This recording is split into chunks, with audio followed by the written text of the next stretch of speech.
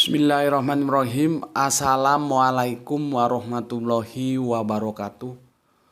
Ashadu an la ilaha illallah. Ashadu anna Muhammad Rasulullah. Allahumma sholli ala Sayyidina Muhammad wa ala ali Sayyidina Muhammad. Kama sholaita ala Sayyidina Ibrahim wa ala ali Sayyidina Ibrahim bil alamina innaka hamidum majid. Alhamdulillah, sebelum kita lanjutkan kajian kita, seperti biasanya mari kita doakan kepada seluruh saudara-saudara kita yang telah bersolawat atas channel dakwah ini.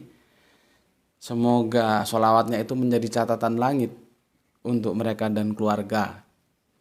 Begitu juga untuk kalian semua yang telah mendoakan kebaikan untuk aku ucapkan terima kasih. Semoga kebaikan doa-doa itu juga tercurahkan kepada kalian semuanya. Amin amin ya robbal alamin. Kali ini pelan-pelan ya, ini puasa. Jadi pelan-pelan aja, takutnya nanti haus. Sekarang kita masuk seri yang ketiga ya.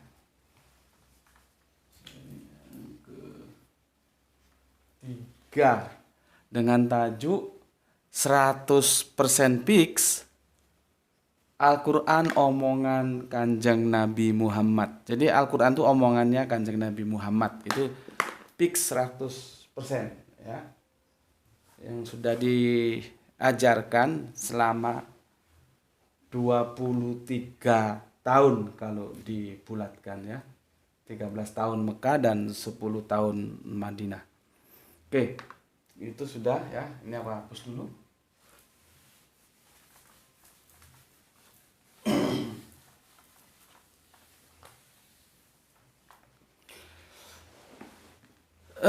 Kemarin aku telah memberikan tanggapan atas komen yang masuk, dan untuk Mas yang di mana itu Jawa Barat, Indramayu ya, itu bukan sampean yang salah, aku yang salah. Aku menulis nomor surat itu seharusnya 87 yang tertulis 8-nya saja, 7-nya nggak tertulis. Jadi engkau benar, bukan kau yang salah, kau benar, aku yang salah. Memang keterbatasan kita berkomunikasi lewat media seperti ini ya, begitulah ya. Kadang-kadang sering terjadi salah paham, kecuali kalau kita tatap muka langsung. Makanya aku setiap diajak diskusi itu aku nggak suka kalau pakai Zoom. Maunya itu sebetulnya langsung saja tatap muka di darat gitu ya. Jadi kalau ada kesalahpahaman bisa kita konfir langsung gitu. Enggak Mas, Anda benar, aku yang salah waktu menulis kemarin gitu ya. Kalau nggak salah tentang surat 87 itu ya. Ini kalau nggak salah, karena aku nggak bisa konfirmasi ke komen aslinya. Ini sejak pagi wifi-nya ada kendala teknis ya, jadi tidak bisa diaktifkan. Semoga aja nanti jam 17 sudah aktif kembali sehingga kita bisa unggah kajian ini. Kemudian untuk Mas G ya, aku ngerti kekhawatiran sampean. Ya memang begitu. Dunia YouTube itu proporsinya memang seperti itu. Banyak yang mereka main pelintir, banyak yang diedit, banyak yang dibegituin lah semau-mau mereka. Mereka memang begitu. Ya. Jadi sampah semua. Jarang yang kamu lihatlah yang unggahan-unggahan sampah itu justru yang banyak mereka minati. Artinya otak mereka itu diisi sampah. Seharusnya kan orang kalau berpikir kerangka akademis, dia harus mencari aslinya, dan dia tidak mau nonton yang begitu-begituan untuk apa. Kita lihat channel ini, oh kemarin channel ini ternyata bombastis doang ya, sampah doang ya. Untuk lain kali kalau dia muat lagi channel itu ya dia seharusnya tidak mau nonton. Tapi masalahnya memang mereka sukanya kan mengkonsumsi kajian-kajian yang itu diedit-edit sesuai mau mereka, sehingga ya sampah itu. Jadi otaknya isinya sampah doang. Itu salah satu kelemahan kemajuan teknologi, karena kita tidak bisa larang-larang orang. Yang menjadi masalah, apakah karena mereka sering menyolong video-video dari kajianku, terus mereka bikin semau-maunya ya. Ya itu tidak lebih dari maling ya, karena tanpa izin. Itu kan Konsumsi-konsumsi itu kan sama dengan mereka mengkonsumsi sampah karena sudah tidak seperti yang original. Kalau mereka original, mereka langsung lari mencari sumber datanya ke channelku, kan begitu. Dan itu tidak bisa, Mas, kita mau kita lawan karena teknologi memang begitu, artinya kita hadapi. Lah yang aku maksud, aku ngerti kekhawatiranmu, tetapi apakah dengan kekhawatiran itu lalu aku harus berhenti untuk menyatakan apa yang dinyatakan Al-Quran? Coba pikir, coba otakmu buka dikit lah, ya, otakmu dibuka. Apakah karena itu terus aku akan berhenti berdakwah? Apakah karena itu terus aku tidak lagi mengatakan apa yang dikatakan Al-Quran? Hanya takut karena nanti dipelintir begini begitu. Ya biarin saja.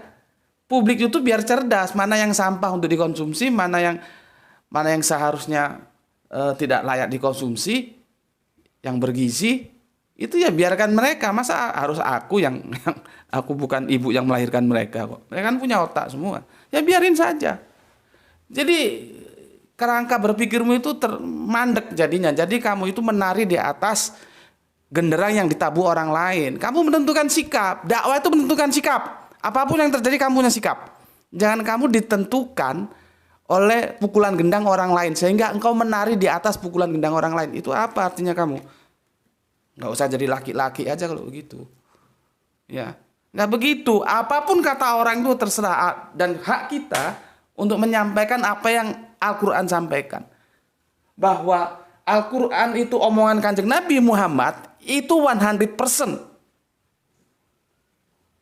Terus kita nggak berani mengatakan itu. Hanya takut dipelintir, takut di-download. Itu apa ya? Sesuatu yang harus kita bayar lunas. Memang teknologi seperti itu. Karena kita nggak bisa juga membatasi orang. Ya biarin aja. Biarin nanti publik yang menilai mana yang sampah, mana yang gizi gitu loh. Jangan terus karena begitu kita nggak berani mengatakan sebuah kebenaran yang dikatakan Al-Quran. Kan jadi mundur itu. Ya. Terus tadi itu ada komentar, aku sempat baca ketika tadi masih ada sinyal ya. Nggak salah itu orang Indonesia tapi ada di Malaysia. Ya. Dia bilang apa namanya? Sorry aku nggak bisa konfirmasi tapi substansinya menyamarnya ketahuan atau gimana gitu ya.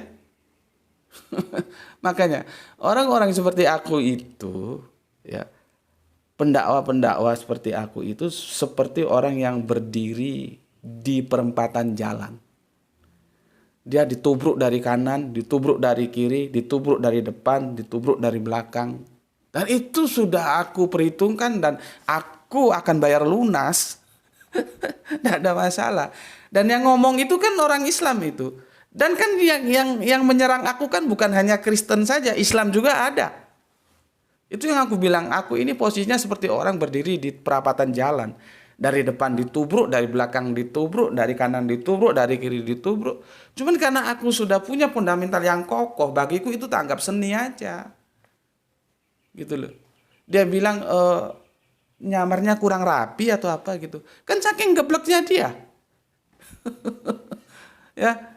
Seperti contoh begini, ada salah satu pondok pada waktu itu di Solo ya. Kemasukan katakanlah bajingan lah karena dia mengambil data dari pondok itu, dari sebuah komputernya datanya diambil, dan dia mualaf karena Arimatea sempat menghandling dulu ya, ngakunya mualaf.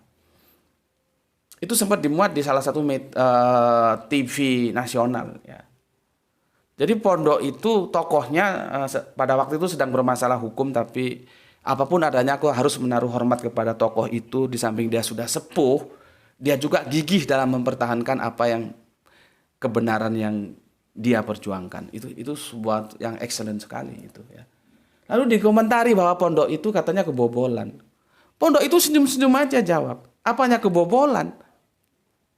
Setiap tamu yang datang ke pondok kami, itu kami tidak pernah memberikan prasangka buruk, kami anggap positif saja. Dan kami tidak pernah awas-awasi. Jadi kalau dia melakukan pencurian data, karena itu data dari komputernya dicolong itu. Ya. Kalau dia mengambil atau menyolong data dari komputer yang dari pondok itu, ya itu lumrah karena kami memang tidak mengawasi. Jadi kalau kami mengawasi, terus ternyata masih bisa kecurian, nah itu namanya kebobolan. Kalau ini enggak, karena kami, ya, ini kata-kata pihak pondok, kami tidak pernah berprasangka buruk kepada mualaf, kepada siapa-siapa yang jadi tamu kami, monggo silahkan. Tapi kalau ada pun dia ternyata begitu, ya itu urusan dia. Kan asik jawabannya. Jadi jangan bilang bahwa pondok kebobolan. Begitu juga aku. Jangan bilang aku itu nyamarnya kurang rapi. Karena apa? Karena aku tidak menyamar. Ini kan karena gobloknya dia aja. Dia nonton videoku mungkin baru sekali. Ya. Aku bukan orang yang menyamar terus dia bilang nyamarnya kurang rapi. Ya. Posisiku jelas. Ya. Nomor HP ku bisa dihubungi jelas. Ya. Organisasi dakwaku jelas. Cok dia bilang nyamarnya kurang rapi, ya. Jadi aku terbiasa hal-hal seperti itu. Seperti waktu yang aku pernah ceritakan, sama-sama duduk di masjid, satunya mau bersahadat, ya. Yang satunya aku, karena tampilanku, aku dari dulu tampilannya seperti ini gitu. Dan anak-anakku itu tahu kalau bapaknya seperti ini, tidak ada masalah. Aku tidak terlalu suka hal-hal yang formalitas. Sementara yang di sampingku yang mau bersahadat itu tampilannya resmi. Sama panitia di masjid di Pinggan Balikpapan sana, waktu aku itu nunggu jemputan ketika aku ada undangan dakwah ke Samarinda. Balikpapan Samarinda itu sekitar Malang Surabaya lah ya, kurang lebihnya gitu. Justru yang ditarik aku, dikirain aku yang mau bersahadat. Karena memang orang melihat penampilan. Orang lihat itu kulitnya, ya. Aku bilang, oh tidak Pak, ini Mas ini yang mau bersahadat. Ya, sama dengan ini teman kita yang dari Malaysia. Sebetulnya itu kalau lihat namanya dia orang Jawa, mungkin kerja di Malaysia. Jadi biasa, hal-hal seperti itu biasa. Yang menyerang aku karena tidak ketahuannya dari Islam juga ada, dari Kristen juga ada, gitu. Jadi kalau dia bilang bahwa aku nyamarnya kurang rapi, ya itu saking gobloknya dia aja kan. Memangnya siapa yang nyamar? Nggak ada samar-samaran. Ya, sama dengan pondok itu bilang, dia tersenyum saja. Memangnya siapa yang jaga-jaga di sini? Nggak kebobolan. Memang kita tidak pernah jaga-jaga orang kok. Kita positive thinking terhadap siapapun yang masuk ke sini. Begitu. Ya. Sebetulnya kalau kalian cerdas semua, aku kajian ini nggak perlu harus sampai seri ketiga atau 4 atau 5, enggak. Seri ke-1, seri ke-2 itu sudah cukup sebetulnya. Namun kalau aku lihat dari komen yang masuk, itu menjadi terpecah 2 juga. Ada yang sudah paham, alhamdulillah. Tapi ada juga yang masih goblok. Ya, tapi ya enggak apa-apalah. Ya, kita harus bersabar. Namanya juga tingkat kecerdasan viewer itu enggak sama. Ya, enggak sama. Aku mau cerita dulu. Ya. Pada waktu aku kemarin baru Munas Arimatea di Jogja di Masjid Muslim United itu kan terakhirnya itu malam Minggu, ya, malam Minggu, jadi besoknya penutupan. Ya. Ketika malam Minggu sampai malam itu sekitar jam 10-an lah, bahkan lebih sampean itu di sana itu jadi. Itu lihat videoku tentang Masjid Muslim United ya, ada kok videonya. Kamu lihatlah ya bagaimana asiknya masjid itu ya. Di mana di sana sholat jamaahnya itu 24 jam. Full terus 5 waktu. Di mana mereka datang dikasih makan, mau nasi enggak ada, mie instan. Minum kopi teh disediakan. Bagaimana lagi itu takmirnya itu anak muda-muda di bawahku semua, usianya sekitar 30-an. Pendatangnya itu ya ada yang keluarga, ada yang mahasiswa, ada yang subhanallah. Sampai tengah malam ya. Tengah malam. Ini kita mau masuk ke dalil nakli ya, tapi dalil aklinya aku sertakan dulu supaya ini yang bodoh-bodoh ini tidak terlalu sulit untuk memahaminya. Kalau yang pintar-pintar sudah kamu diam aja dulu ya. Aku tak ngurusin yang bodoh-bodoh ini. Ya. Di tengah malam itu sekitar jam 10 atau setengah 11 itu aku terbangun gitu ya. Itu masih ramai menggerombol, malam Minggu kan itu. Besoknya mereka mungkin nggak ada kegiatan kampus atau gimana gitu ya. Menggerombol, sini satu gerombol, satu meja sekitar 4-5 orang, sana gerombol, sana gerombol. Tak deketin gitu. tak deketin gitu. Dan semua gerombolan-gerombolan itu omongannya Al-Quran. Omongannya. Al-Quran itu omongan mereka. Masih muda-muda nih, omongannya Al-Quran. Di kelompok sini ngomong Al-Quran. Kelompok sana omongannya Al-Quran. Yang putri sana omongannya Al-Quran. Tapi terpisah, ada sekat ya. Jadi begitu masuk putra-putri enggak bercampur. Bagus itu pengeluarannya, ada sekat sana ya. Dan ada ibu-ibu yang ngajak anak-anaknya, bapaknya. Jadi antara masjid ya bagaimana ya? Pengunjungnya itu ya ada yang mahasiswa tapi banyak juga yang berkeluarga, ngajak anak istri gitu. Memang itu masjid subhanallah. Sampai aku bermimpi, ya Allah, seandainya aku kaya, aku mau bikin masjid seperti itu di daerahku, di Batu sini. Benar-benar asik itu masjid. Masjid yang kontekstual ya seperti itu. Benar, aku sampai ya Allah, bila saja aku kaya, aku akan bikin masjid seperti itu. Ya, di mana anak-anak mudanya itu omongannya Quran semua. Pada saat aku milih satu pojok, di pojok itu ada sekitar 5, masih muda-muda, sekitar mungkin maksimal semester 6, semester 7 lah, umurnya masih mungkin 20 atau belum genap itu. Aku curi dengar, terus ternyata mereka ngomong tentang konsep negara. Konsep negara itu sebetulnya bagaimana kalau ditinjau dari Islam, tentunya Al-Quran. Jadi omongannya Al-Quran semua. Di sini ngomong Al-Quran, di sana ngomong Al-Quran, di sana. Oh, jadi Al-Quran itu menjadi omongan mereka. Makanya ketika kemarin aku membahas tentang Zulkarnain, aku tidak memberikan harga mati, meskipun aku ada pada pilihan bahwa Zulkarnain itu 2 tanduk itu lambang kekuasaan, di mana sang raja diberi kekuasaan untuk memberikan punishment atau reward. Tetapi aku tetap memberikan ruang, monggo kalau ada yang mau mengatakan bahwa itu 2 kurun. Kalau itu 2 kurun, dulu kita sudah pernah kiamah. Di mana? Di Madinah. Kanjeng Nabi telah memberikan prototipe bagi kita bagaimana membentuk sebuah teritorial kekuasaan Madinah Al-Munawwaroh. Yaitu nanti bisa bangkit kembali, ya. Jadi kita bisa kiamah lagi itu dengan generasi-generasi yang muda-muda seperti ini, yang omongannya itu Al-Quran doang. Tapi kan jarang yang kita temukan sekarang ini. Kalau anak-anak muda, ya, ngerompol, kalau orang Jawa bilang tuh ngerombol, itu biasanya omongannya apa? Musik. Omongannya apa? Passion. Omongnya apa? Otomotif. Omongannya apa?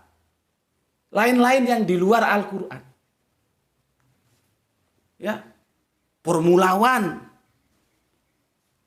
Ya, nanti tentang game. Apa yang bisa diharapkan? Bukan kita larang, tidak.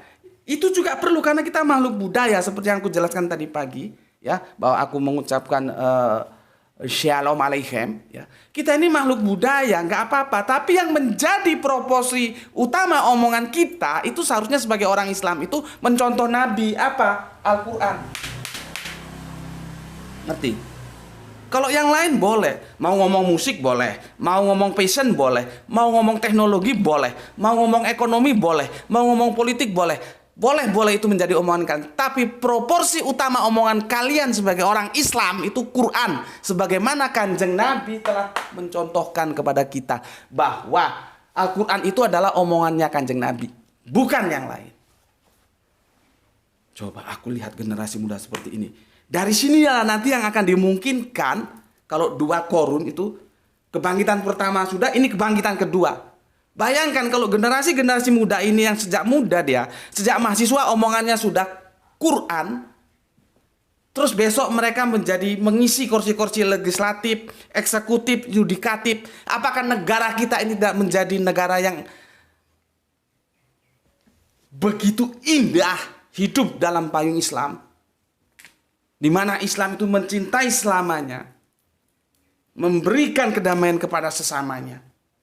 Seperti yang dicontohkan oleh Kanjeng Nabi, ya, maka dia disebut Madinah Al-Munawwaroh, di mana hukum Islam bisa ditegakkan di sana. Dia tetap mengasihi dan menghormati yang di luar Islam itu tetap dihormati. Karena apa? Karena la ikraha fiddin. Gitu loh. Nggak boleh kita maksa. Ini negara, ini sekarang hukum Islam sudah tegak. Yuyu harus sunat. Nggak boleh, nggak boleh. Itu pilihan mereka, mau sunat kayak mau kagak kayak itu urusan lo. Tapi di sini hukum Allah itu harus ditegakkan. Enak berbangsa dan bernegara seperti itu. Aku yakin kalau eksekutif, yudikatif, legislatif diisi dari generasi-generasi kita yang omongannya Al-Quran sejak mahasiswa, KPK itu tutup. Nggak ada maling duit rakyat, nyolong duit rakyat itu nggak ada. Karena dia akan ngomong, kalau dia mau tanda tangan, nih Al-Quran larang gue kagak. Oh kagak, dia tanda tangan. Oh Al-Quran larang gue tanda tangan. Karena omongannya sejak dulu Al-Quran. Gitu loh. Kita ini bangsa, memang negara kita ini ya, Al-Quran ini kan, aku bilang ini kan raw material. Tapi ketika dia mau dijadikan konsep dalam hukum, itu harus ada penjabaran-penjabaran berikutnya. Ini raw materialnya ini. Begitu juga kita berbangsa dan bernegara. Bayangkan saja, sila pertama negara kita ini adalah Pancasila, itu ketuhanan yang Maha Esa. Artinya ini bukan negara agama, tapi ini negaranya orang yang punya agama. Coba kalau masing-masing apapun agamanya itu benar-benar dipegang kuat. Nggak ada korupsi itu, maling duit rakyat itu nggak ada, nyolong itu nggak ada. Ngomong juga itu pakai aturan. Gitu loh. Bayangkan, pembukaannya saja atas berkat rahmat Allah. Itu pengakuan bahwa kita itu punya Allah. Itulah yang aku bilang, konsep-konsep yang telah terbina lewat bagaimana kita memahami. Jadi ulama-ulama kita dulu itu omongannya juga Al-Quran. Karena apa? Menapak tilasi Nabi kita. Gitu loh. Ya. Jadi jangan sikit-sikit kalau bilang hukum Islam terus ngeri. Kamu orang Islam ngomong hukum Islam ngeri. Jelaskan kepada orang-orang itu supaya paham bahwa Islam itu menghargai hak-hak yang lain. Nggak ada. Karena ayatnya jelas kok la ikraha fiddin. Bagaimana? Kita tidak boleh paksa-paksa orang. Harus kita hargai hak-hak orang. Di situ. Itu jadi kebangkitan kedua, kalau Zulkarnain itu dipahami seperti itu, tidak mungkin bisa bangkit, nggak mungkin kita bisa kiamah, Islam ini bisa kiamat, nggak mungkin. Kalau generasi-generasi kita sejak muda omongannya tidak Quran, nggak mungkin. Supaya bisa bangkit kita, maka sejak muda seperti yang aku lihat di Masjid United, Muslim United itu, mari kita didik generasi kita sejak muda itu omongannya Quran loh. Al-Quran ini menjadi omongan generasi-generasi kita. Aku kasih Grahito itu macam-macam Quran, yang kecil gini ada, yang besar ada, yang lebih gede, supaya dia terangsang. Minimal dia bentuknya sudah seneng. Kalau bentuknya dia nggak seneng, bagaimana dia mau buka? Gitu loh. Karena apa? Supaya Quran menjadi omongannya. Kalaupun yang lain tentang musik, tentang game seperti Grahito tentang game, ya bolehlah, boleh, tapi itu jangan sampai mendominasi. Ya. Dari sini sebetulnya kalau kalian cerdas, kalian sudah tahu apa yang dimaksud oleh judul ini 100% fix, ya. 100% fix bahwa Al-Qur'an itu omongannya Kanjeng Nabi. Seperti apa yang tertera ya di surat 6940, ya, yang akan kita diskusikan sekarang ini. Cuman kalau kamu nggak cerdas juga ya agak angel aku menjelaskan. Tapi aku oke lah, aku tetap melayani supaya kalian ngerti, ya. Jadi tapi kalau insya Allah yang cerdas-cerdas ada kalau sudah ngerti, aku ceritakan bahwa di Masjid Muslim United itu mahasiswanya itu sampai jam 10-an itu kira-kira lah ya. Malam Ahad itu ya. Itu omongannya Al-Quran tuh ngerombol, nggak pernah ngomongin tentang besok lu beli baju apa? Lu besok beli mobil apa? Besok mau dansa di mana? Nggak ada. Ya. Dari situ kalian sudah jelas apa yang dimaksud tentang omongan itu apa. Yang di surat kemarin, surat apa itu tentang Zulkarnain, surat Al-Kahfi itu yang akhirnya dikatakan bahwa tembok ini nanti akan runtuh yang dibangun oleh Zulkarnain.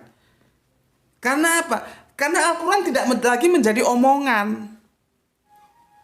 Generasinya sudah jauh dari Al-Quran. Ya, jelas ya. Ini kok yang udah cerdas sudah ngerti lah. Oke, sekarang aku mau lanjutkan. Kita sekarang ke ke Nas ya. Kita mau mengkaji sekarang Quran surat Al-Haq ya. Al-Haq 69. Oke, betul. Akan kita kaji mulai 38 sampai 52. 38 sampai 52 ya. Yang 38 dulu. Ya, 38.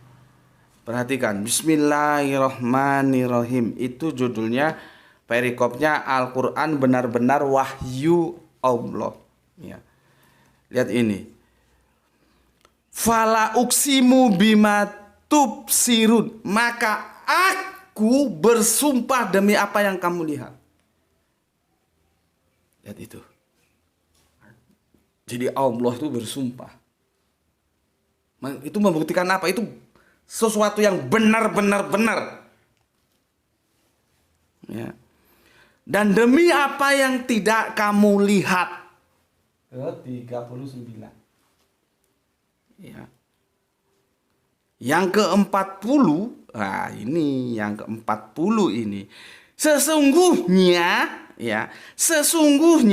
innahu, domir hu-nya itu lari ke Al-Quran. Seperti aku jelaskan kemarin, bahwa domir hu itu tidak hanya bisa ke personal manusia, ke selain manusia juga bisa. Seperti surat Az-Zukhruf 41, wa innahu li saati, hu-nya itu ke Al-Quran. Ya. Sama ini juga. Innahu, sesungguhnya iya Al-Quran itu benar-benar la qaulu. 40. Di sini yang banyak gagal memahami. Ya, la qaulu. Nih ya. La qaulu rasul. Ya.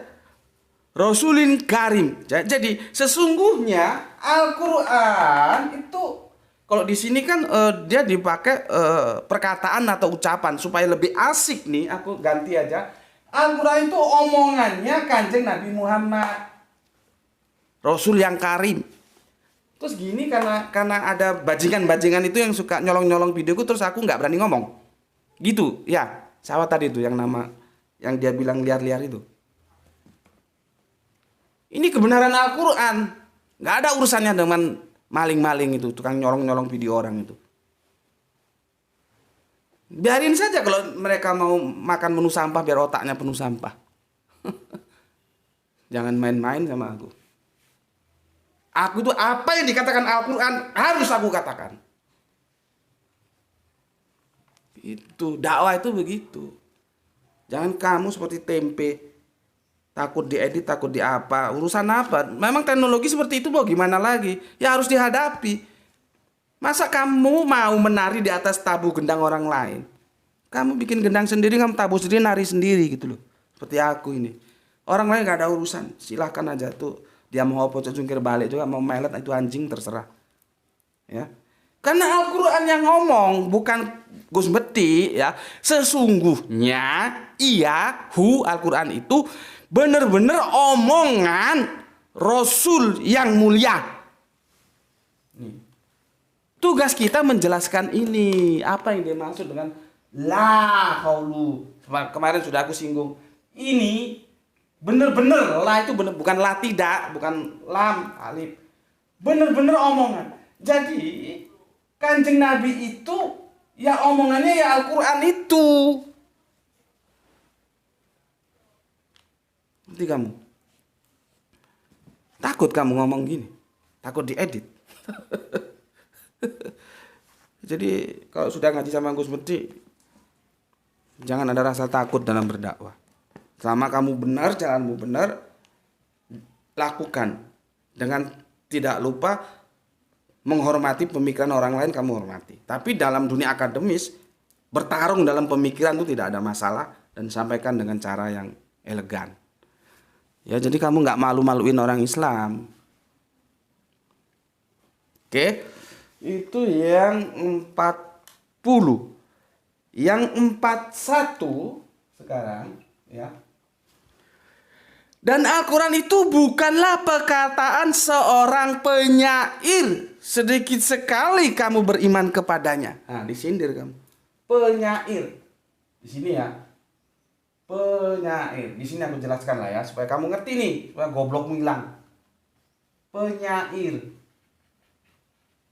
Ya. Kalau penyair itu omongannya apa? Ini lihat ini. Pantun. Syair. Gurindam, Karmina, Talibun. Ini omongannya penyair itu ini. Gak mungkin penyair Al-Quran menjadi omongannya. Gak mungkin.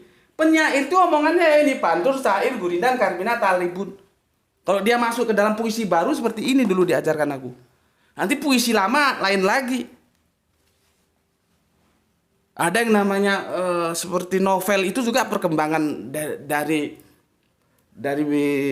pergerakan-pergerakan para pelaku-pelaku sastra. Dulu kan sastra, jadi waktu aku belajar sastra itu kan dibagi dua. Ada era lama, ada era baru, seperti ya teman-teman kita Kristen membagi ada perjanjian lama, perjanjian baru itu. Kesusastraan juga begitu. Kalau kita masuk perjanjian baru, maka ada pantun, syair, gurindam, Karmina, Talibun. Itu omongannya penyair. Ya. Omongannya penyair. Baru nanti perkembangan dari ini ada yang namanya prosa. Tuh. Gak mungkin penyair itu ngomongin Al-Quran menjadi omongannya, itu gak mungkin. Kemana-mana yang diomongin ya ini doang. Gitu loh. Ini otaknya buka. Biar ngerti kamu.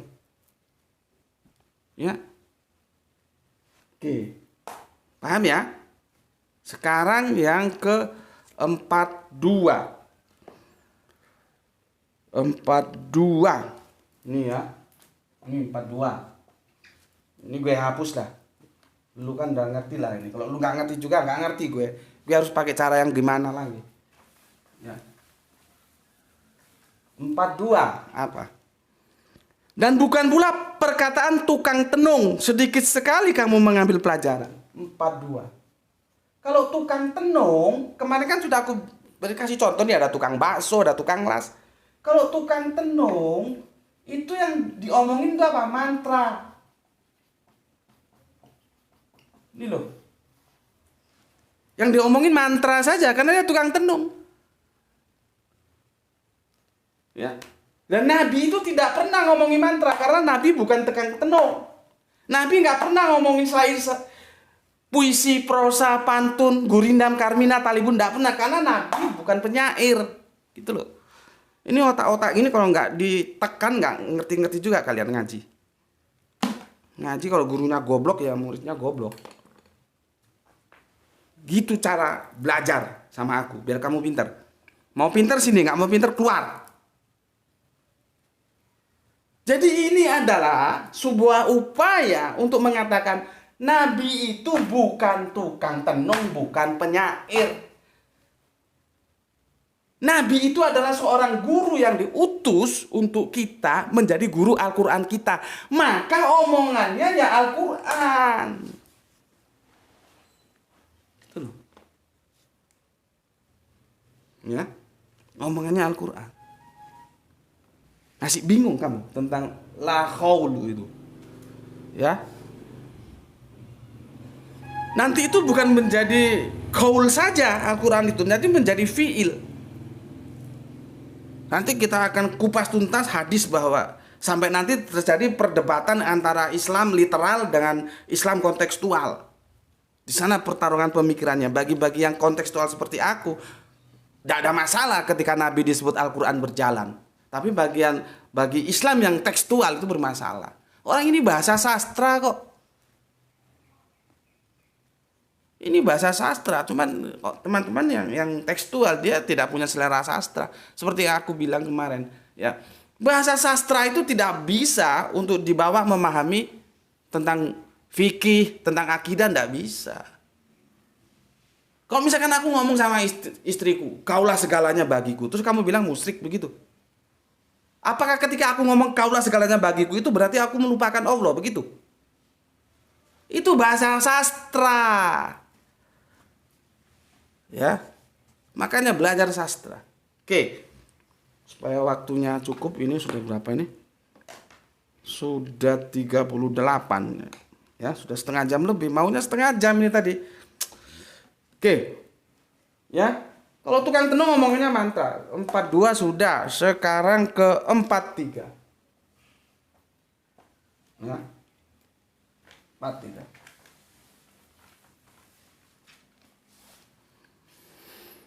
Iya, ya, jadi iyanya itu ke siapa? Ya, melihat, ya. Iya, ya, tanzilum mirrobil alamin, ya. Adalah wahyu yang tanjilun, diturunkan dari Rob sekalian alam. Jadi ini nih yang jadi omongannya Nabi kita ini diturunkan dari Rob sekalian alam. Di sini kamu yang tadi masih belum mengerti juga, semoga agak terbuka otaknya setelah kita menempuh ayat yang 43. Ya. Karena tanjilun dan lahol itu beda, bos. Ini kan anjing-anjing ini banyak yang terjebak. Lahol itu ya maklumlah mereka tidak bisa. Jangankan mereka, yang orang Islam sendiri aja belum tentu ngerti bahasa Arabiunnya. Ya, khaul dan tanjil itu berubah. Berbeda, bukan berubah sampai keliru. Inilah efek nggak minum kopi. Ya. Lihat ayat 4. Iya adalah wahyu yang diturunkan dari Rob seluruh alam. Ya. Tanjilum mirobil alamin. Ya. Apa yang diturunkan itu? Wahyu itu. Wahyu itu apa? Ya ini. Al-Quran ini. Makanya harus pahami apa itu nuzul, apa itu khaul. Khaul gak ngerti, nuzul gak ngerti, baca Al-Quran terjemahan doang. Terus mau mengkritik, katanya Al-Quran itu omongannya Muhammad dengan salah memahami khaul. Ketemu aku yo tak gasak, seperti sekarang aku gasak. Iya memang Al-Quran itu omongannya Muhammad. Masa Kanjeng Nabi Muhammad mau ngomong sastra, mau ngomong mantra? Orang Kanjeng Nabi Muhammad bukan penyair, bukan tukang tenung. Coba, ini artinya pertarungan selagar. Ini dadaku mana dada lu. Ya, generasi Islam harus begitu. Ketika engkau dimintai pertanggungjawab tentang kebenaran Al-Quran, kamu harus tampil. Tapi kalau yang minta anjing-anjing nggak usah. Aku kan sudah kasih cara. Waktu kita membahas Ibadur Rahman. Masih ada yang ingat apa Ibadur Rahman itu? Ketika kita membahas bagaimana hukumnya mengucapkan selamat Natal. Masih tahu apa Ibadur Rahman itu? Ini kalau misalkan kita berhadapan terus kamu nggak tahu, tak jewer kupingmu. Goblok. Terus diajari nggak ruh. Ibadur Rahman itu sama dengan Abdullah. Cuman pakai nama sebutan Rahman. Allah itu Maha Rahman. Gitu loh, ya. Kan kemarin sudah jelaskan bagaimana orang-orang Ibadur Rahman itu. Kalau ada orang-orang jahil, ya seperti anjing-anjing itu, 3 pilihannya. Pertama, diam. Karena tidak menjawab pertanyaan orang bodoh itu ya sebuah jawaban. Yang kedua, kasih senyum. Seperti aku kadang-kadang senyum. Yang ketiga, kalau kamu jawab aja pertanyaan dengan pertanyaan. Gitu aja. Sudahlah, aku ini sudah belajar semampuku untuk memahami Al-Quran. Ya, aku punya guru aja 3 Al-Quran ini, bukan main-main. Artinya, kalau ada sesuatu yang menurut kita salah tentang Al-Quran, itu karena otak kita belum jelas. Nanti kalau sudah ketemu ahlinya, kamu ngerti, oh ternyata benar. Coba bagaimana kalau Al-Quran ini dibaca oleh Arab-Arab jelebo dulu, abad ke-5, ke-6, ke-7, dia bilang, di dalam air itu ada api. Itu bisa bingung itu kepalanya Arab-Arab itu. Untungnya sebagian yang mau menerima Kanjeng Nabi sebagai panutan kehidupannya, guru Al-Qurannya, mereka mau menerima. Meskipun mungkin ya masih bingung-bingung. Karena teknologi belum ada dan kita mau tanya ke siapa.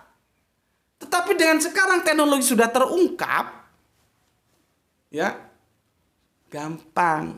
Lihat itu kalau kita naik bis malam mau ke Sumatera lewat Pantura itu, pengoboran lepas pantai itu, di laut itu apinya sampai ke atas. Orang akan berpikir, oh bener ya, di dalam laut itu ada api. Paling ya, oh gitu aja. Begitu juga si Bahlul itu, dia mau mengkritik Al-Quran. Al-Quran ini memang bukan buku sains, tapi banyak informasi sains. Bukan buku sejarah, tapi banyak informasi sejarah. Lah kalau kamu mau mengkritik Al-Quran lewat sains, kamu pahami dulu sainsnya. Baru kamu mengkritik Al-Quran. Kamu sainsnya aja modal copy paste kok mau banyak nyocot. Mau mengkritik Al-Quran. Ya, nggak bisa. Bukan, tolong dipahami, bukan kesombongan, bukan. Ya gayaku ngomong begini bla-blaan. Al-Quran itu kebenaran yang absolut. Maka dia mengatakan, kalau kamu belum mengerti, tunggu sampai kamu mengerti. Sekarang aja kita hidup di zaman yang informasi terbuka, sains sudah terbuka, masih alhamdulillah mudah memahami. Coba bagaimana kalau kita memahami tentang bagaimana terjadinya hujan, bagaimana terjadinya tumbuh-tumbuhan. Kita itu nggak bisa menumbuhkan loh ya, kita hanya bisa menanam. Kamu punya sebutir, ya katakanlah biji-bijian, biji jambu. Kamu itu hanya bisa menanam, kamu tidak menumbuhkan. 1 sen pun kamu tidak punya saham untuk bisa menumbuhkan. Ngerti kamu? Menanam dan menumbuhkan beda. Sama dengan haul dan nuzul itu beda. Ini yang anjing-anjing itu enggak ngerti. Makanya kita kasih ngerti. Kalau mau, nggak mau ya sudah. Seperti yang aku bilang, tugasku sebetulnya bukan ke anjing itu, ke kalian. Supaya kalian paham. Kalian ngerti bagaimana dahsyatnya Al-Quran. Gitu loh. Ya. Sekarang kita lihat di ayat yang ke-43. Ya. 43. Tanzilu mir rabbil alamin. Adalah wahyu yang diturunkan oleh Rob seluruh alam.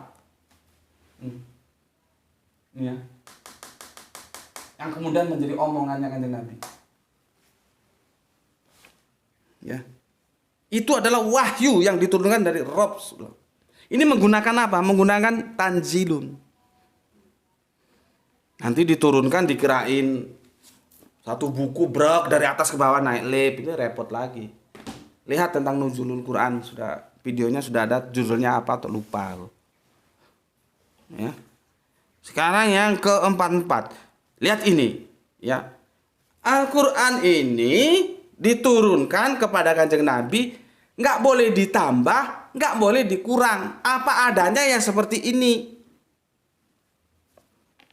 Nabi tidak punya otoritas terhadap Al-Quran. Karena ini kitabullah, bukan karangan Kanjeng Nabi. Jadi Kanjeng Nabi posisinya given, just given, hanya menerima. Apa yang diamanahkan ya sudah itu diterima, tidak ditambah, tidak dikurangi. Lihat ini pembicaraannya. Kalau dikurangi, ditambahi atau dirubah-rubah, atau diaku-aku, diancam sama Allah. Ayat ini tidak disembunyikan. 43. Sudah, sekarang 44. Seandainya dia, maksudnya Kanjeng Nabi ini, mengada-adakan sebagian perkataan atas nama kami, ya, 44, ya. 44 ya.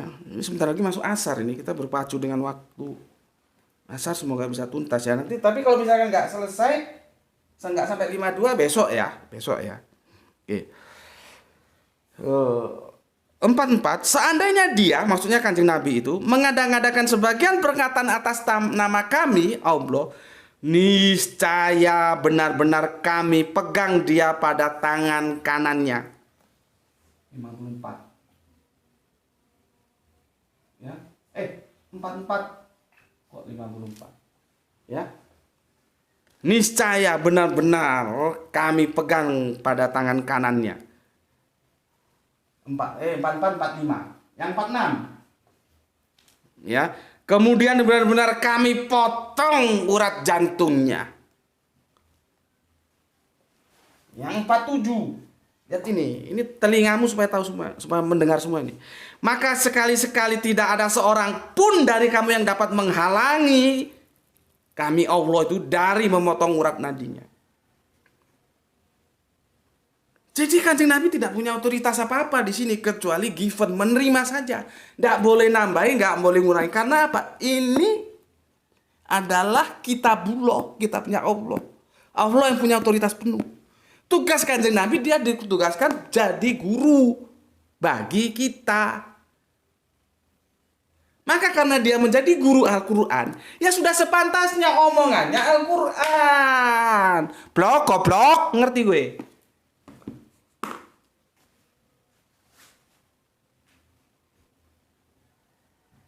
Kalau ada nabi, terus omongannya itu kitab 1000 mimpi, kan ya aneh jadinya. Nabi tendang aja kepalanya yang model gitu. Nabi dari Allah, omongannya ya kitabullah. Kalau Kanjeng Nabi Muhammad, Al-Quran. Kanjeng Nabi Isa, Injil. Kanjeng Nabi Musa, Torah. Kanjeng Nabi Ibrahim, Suhuf. Begitu loh. Ya ampun, kalau sampai ini nanti aku lihat komentarnya masih ada yang goblok juga, aku nggak tahu dengan cara mana aku supaya generasi-generasi Islamku ini cerdas-cerdas gitu loh. Ya. Karena tak lihat tuh masih 50-50 itu. Coba tanyalah sama teman-temanmu yang sudah pinter-pinter itu. Ya. Kalau anjing-anjing itu sudah nggak usah dipikirkan. Itu memang anjing memang begitu, ya sudah biarin aja. Toh kita juga terhibur juga dengan gonggongannya kan. Kalau terlalu sepi juga grup kan nggak enak. Anggap saja dia anjing menggonggong gitu ya. Tapi pesanku, kamu jangan sampai terbawa oleh permainannya. Artinya apa? Jangan kamu mau menari di atas gendang yang ditabuh mereka gitu ya. Apa yang ada Al-Quran katakan. Nanti mau diedit mau apa, biar nanti pemirsa yang menilai. Apakah itu sampah atau apa. Tapi sudah jelas aku bilang itu sampah semua itu. Tapi peurnya banyak ya, karena mereka sukanya menu-menu sampah. Ya. Oke, sedikit lagi. 47 sekarang. Mudah-mudahan bisa kelar ini ya.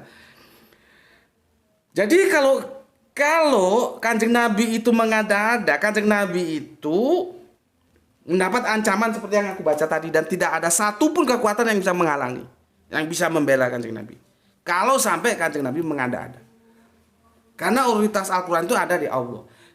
Al-Quran dari Allah dinuzulkan, diturunkan ke Jibril menunjukkan ke Kanjeng Nabi Muhammad 6236 ayat. Selesai. Kemudian dia diangkat menjadi nabi dan menjadi guru kita selama 23 tahun. 13 tahun Mekah, 10 tahun Madinah, selesai tugas nabi. Maka kita belajar, karena kita kan nggak ketemu nabi. Kita ketemu oleh pewaris-pewaris leluhur kita tentang Al-Quran. Begitu. Masa sulit memahami peta seperti itu? Ya. Jadi bedakan antara nuzul dan qaul. Nuzul itu diturunkan, menunjukkan asal usul. Qaul itu omongan. 47, 48. Ini lihat ini. 48 ini asik ini. Ya. 48. Dan sungguh Al-Quran itu pelajaran bagi orang-orang yang bertakwa. Ini sebetulnya aku kurang cocok terjemahannya ya. Kalau aku begini. Dan sesungguhnya Al-Quran itu pelajaran untuk orang-orang menjadi takwa. Begitu. Seharusnya begitu. Ya. Seperti di surat Al-Baqarah di awal itu ya. Yang jalikal kitabul arabi jalikal kitabul arabi fihi Hudalil mutakin itu. Aku terjemahnya kurang cocok gitu. Karena kalau terjemahannya seperti ini, dan sesungguhnya Al-Quran itu pelajaran bagi orang-orang yang bertakwa. Lah dia bertakwa pakai apa? Kan ini kesannya sebelum dia mengilmui Al-Quran dia sudah bertakwa. Tidak begitu ya. Jadi seharusnya begini. Kalau aku menerjemahkan, dan Al-Quran itu pelajaran bagi orang-orang untuk menjadi takwa. Jadi Al-Quran ini ya menjadikan kita takwa gitu loh. Bukan bertakwa dulu baru belajar Al-Quran. Lah dia bertakwa pakai apa?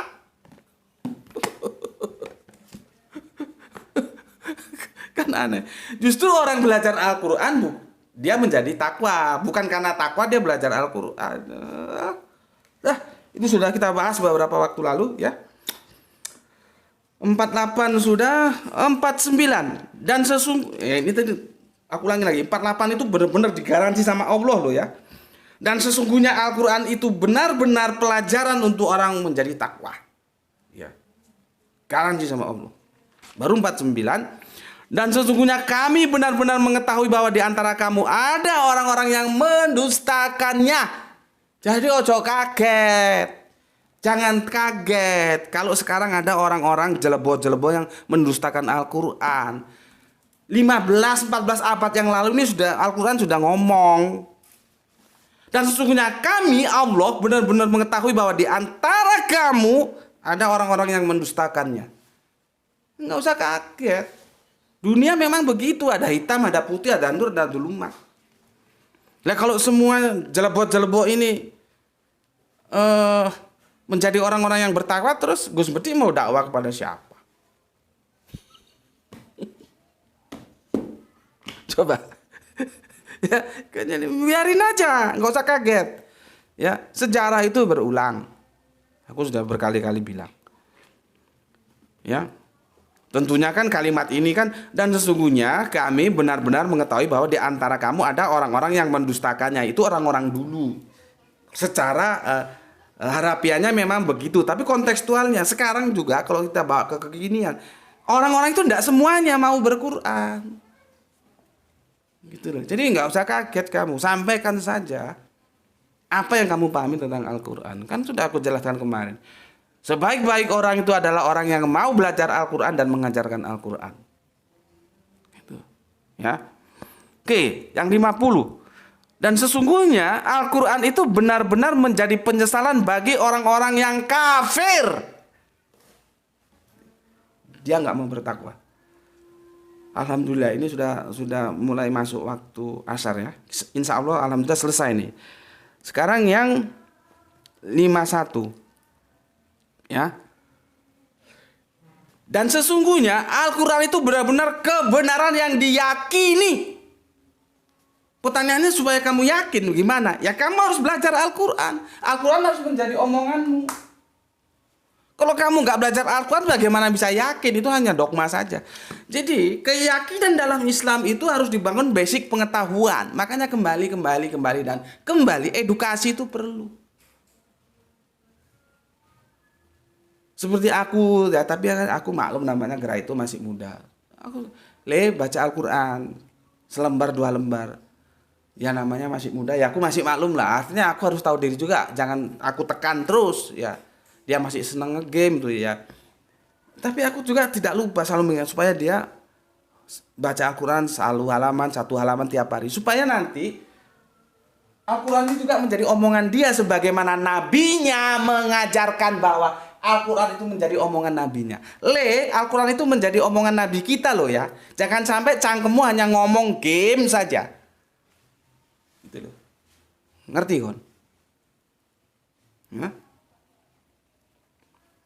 Di sini ngaji sama Gus Putih belak-belakan, gak ada urusan. Kamu tersinggung keluar. Kalau kamu mau ilmu, mau ngerti, mau pinter, sini, gitu aja. Nggak ada basa-basi sini. Ini orang Jawa tapi Jawa Sumatera, Batak lagi. Jadi kulturnya beda. Jawa itu halus, kalau Batak itu ngomong belak-belakan. Nah, aku ini secara genetika Jawa, tapi kulturku aku hidup dan besar di lingkungan Batak. Lah orang Batak jangankan berantem, ngomong biasanya seperti orang berantem. Jadi kalau aku ngomong gini jangan kamu kira aku marah-marah, enggak. Memang stylenya begini. Gitu. Ya, sekarang terserah kamu. Kamu cocok, silakan ambil. Nggak cocok, minggato, pergi kamu. Nggak ada urusan aku. Ya. Aku nggak bisa apa namanya itu ngemong, ngerayu-ngerayu supaya kamu ngerti ndak. Kita secara militer saja. Mau ambil, nggak mau tinggalkan. Habis perkara. Toh nanti selamat juga yang selamat kamu, celaka juga yang celaka kamu. Aku hanya sekedar menyampaikan apa yang diperintahkan oleh Nabi. Sampaikanlah walau satu ayat. Aku menyampaikan apa yang aku tahu. Yang aku tahu tentang ayat ini, ya seperti ini yang aku sampaikan ke kamu. Supaya kamu nanti bisa menjelaskan kepada anjing-anjing itu. Kan begitu. Ya. Oke. 47 sudah, 49 sudah, 50, 47 sudah, 48 sudah, 49 sudah, 50 sudah, 51 sekarang. Sudah, 51 sudah ya. Dan sungguhnya Al-Quran ini benar-benar kebenaran yang diyakini. Nah, untuk menjadi yakin belajar dulu. Karena keyakinan tanpa belajar itu dogma. Logika harus dibawa, ya. Otak itu harus dipakai. Akal itu harus dipakai untuk mencari kebenaran agama, tapi jangan mengakali agama. Yang bajingan, yang kurang ajar itu dia ngakali agama, itu bajingan. Tapi kalau kita menggunakan akal untuk mencerna, cerdas, mengerti agama, itu subhanallah. Ya. Oke. Sekarang yang ke-52, ya. Maka bertasbihlah dengan menyebut nama Robmu yang Maha Agung. Alhamdulillah ya, ternyata bisa kita selesaikan sampai ke yang 52. Maka besok tugasku menjelaskan kamu surat Ar-Tur sama surat An-Najm, karena ini terkait ya di seri yang keempat. Kan yang pertarungan aklinya kan sudah ya, dalil-dalil nakli sudah aku ajukan. Nah sekarang kita nas ya. Nah, alhamdulillah di seri ketiga surat Al-Haqqnya ini sudah kita tuntaskan ya, dari ayat yang ke-38 sampai 52. Insya Allah besok di seri keempat kita akan mendiskusikan surat Ar-Tur dan surat An-Najm, karena ini masih terkait. Kalau nanti menutup kemungkinan ada surat-surat lain yang perlu kita bahas, ya kita bahas, tidak ada masalah.